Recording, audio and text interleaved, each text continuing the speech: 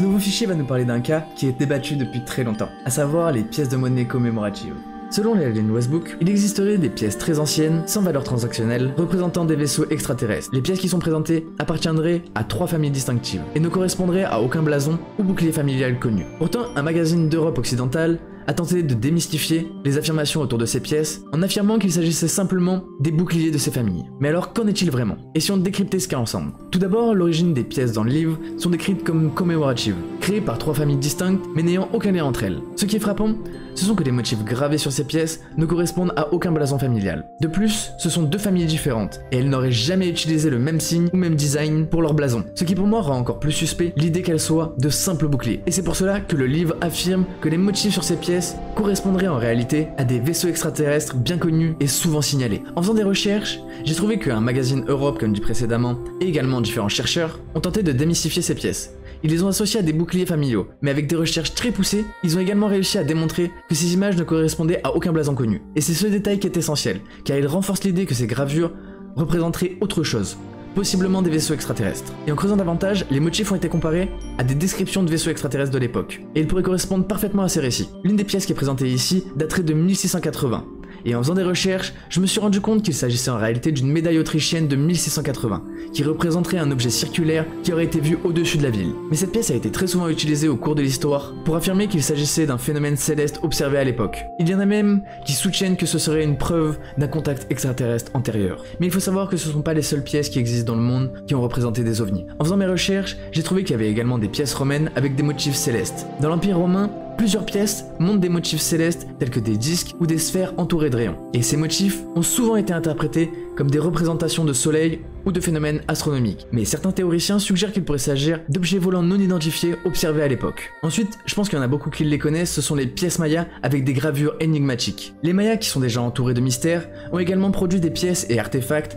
avec des motifs qui, selon certains ufologues, représentaient des êtres venus d'ailleurs. Les gravures montrent des figures humaines ou divines semblant interagir avec des machines ou des véhicules. Mais bien que ces motifs soient souvent interprétés comme des représentations mythologiques, ils ont donné naissance à de nombreuses spéculations sur les contacts extraterrestres dans l'Antiquité. Dans la série Anciens Aliens ou Alien Theory, vous pouvez voir de nombreux épisodes où ils abordent ces gravures et artefacts mystérieux. Des têtes de pierre géantes mégalithiques représentent 8 de ce qui semble être un vaisseau volant. Et des statues qui évoquent des cultures trouvées de l'autre côté du monde. Selon les anciens théoriciens astronautes, c'est cette information que le catholique, l'Église, a cherché à réprimer lorsqu'il tentait de détruire toutes les traces de la culture maya il y a près de 500 ans.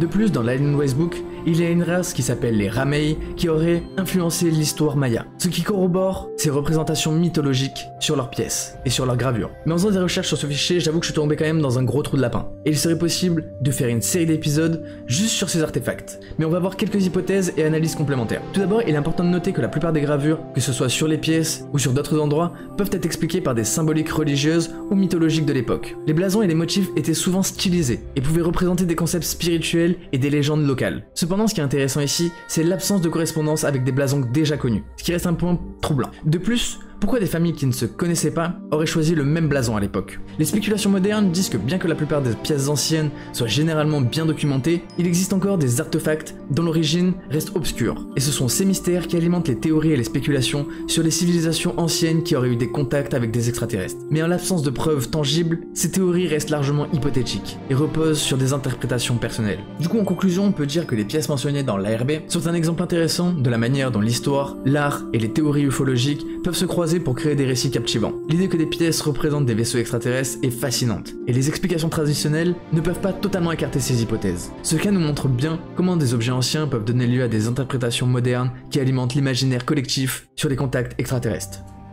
Et voilà, c'est la fin de ce fichier alien fascinant tiré de The Alien Westbook. J'espère que cette exploration vous a intrigué tout autant que moi et que vous avez apprécié ces mystères. Pour ceux que ça intéresse, n'oubliez pas que cette vidéo fait en réalité partie d'une vidéo bien plus grande où nous analysons tous les fichiers présents dans le livre The Alien Westbook. Vous pouvez retrouver l'intégralité de ces enquêtes avec encore plus de révélations et de théories dans la vidéo complète disponible sur la chaîne. Donc si vous souhaitez en savoir plus sur les phénomènes extraterrestres et les mystères cachés de l'univers, je vous encourage vraiment à aller voir cet épisode. En attendant, n'hésitez pas à liker cette vidéo, abonnez-vous pour ne pas manquer les prochains épisodes et partagez-moi toutes vos théories en commentaire. Merci d'avoir regardé et nous on se retrouve dans un prochain épisode. C'était Kick on Fire. Peace out.